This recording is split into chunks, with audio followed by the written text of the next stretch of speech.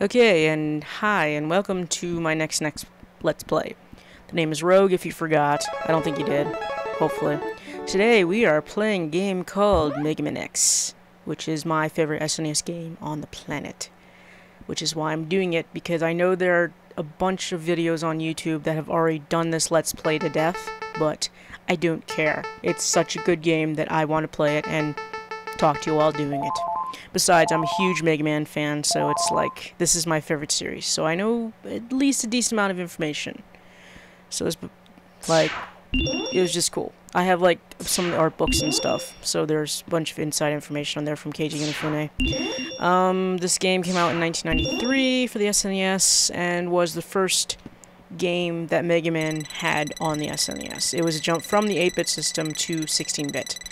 And so they had a lot of fun, the designers, creating basically a new universe. New stuff for Mega Man to do.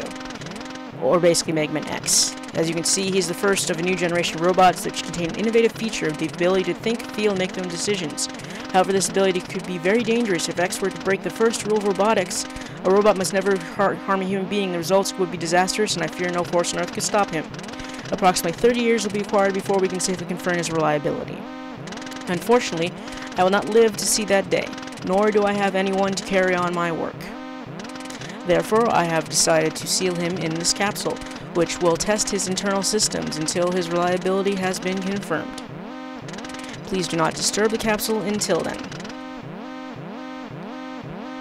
X possesses great risks as well as great possibilities. I can only hope for the best. September 18th, 20XX, Thomas Light, Dr. Light. Yep. So he sealed this guy in capsule, and a guy named Dr. Kane found him in the future in 21XX, after I guess 30 years or so, and replicated the ability and made a bunch of other robots. Unfortunately, he didn't take to heart that warning, and so a bunch of the robots rebelled, and so something called the Maverick Hunters, which was a group of Reploids designed to fight all those Mavericks, was established. In Japan, they're referred to as Irregulars. But I suppose they didn't think it was cool enough for an American audience to call them Irregulars. Excuse me. I guess maybe, I remember there was this one thing on the internet, this one cartoon I found from some person making fun of that, where Zero was like, you know, I suddenly don't feel so fresh. I feel irregular. And they're making fun of, like, Metamucil.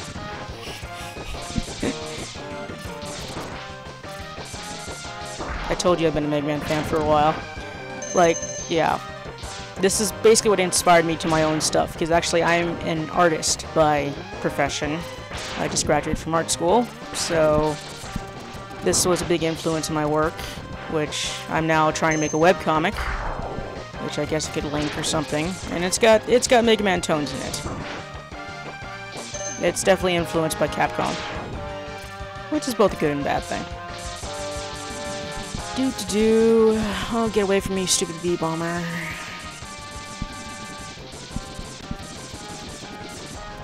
Die. And I don't need any health. I'm all good to go in that category. Stupid enemies which respawn.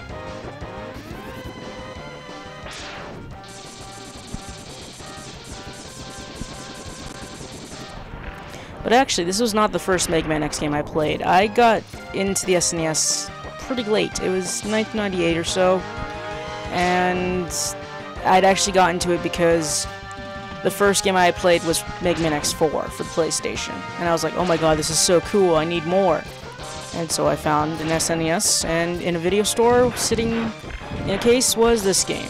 This, incidentally, is the most common of the 3 SNES games. I own X1 and X2 in a cartridge form. However, X3 I've never been able to find, just because original versions, just the cart can go like about $80, and the cart and the instruction manual can go over $100. So it's pretty extensive. I had to search for at least a couple years until I found X2 even. However, if you don't care about the original carts like I do, you can purchase something for the PS2, which is a collection of all these games. and play it that way. I'm playing it via emulation, actually, just because then I can actually record it. I do not have the abilities to record from a PlayStation 2 or my SNES, so it doesn't matter. I'm just playing game. I own the card, so if anybody wants to come prosecute me, well, I'd be like, here, look what I own. I never understood that law, really.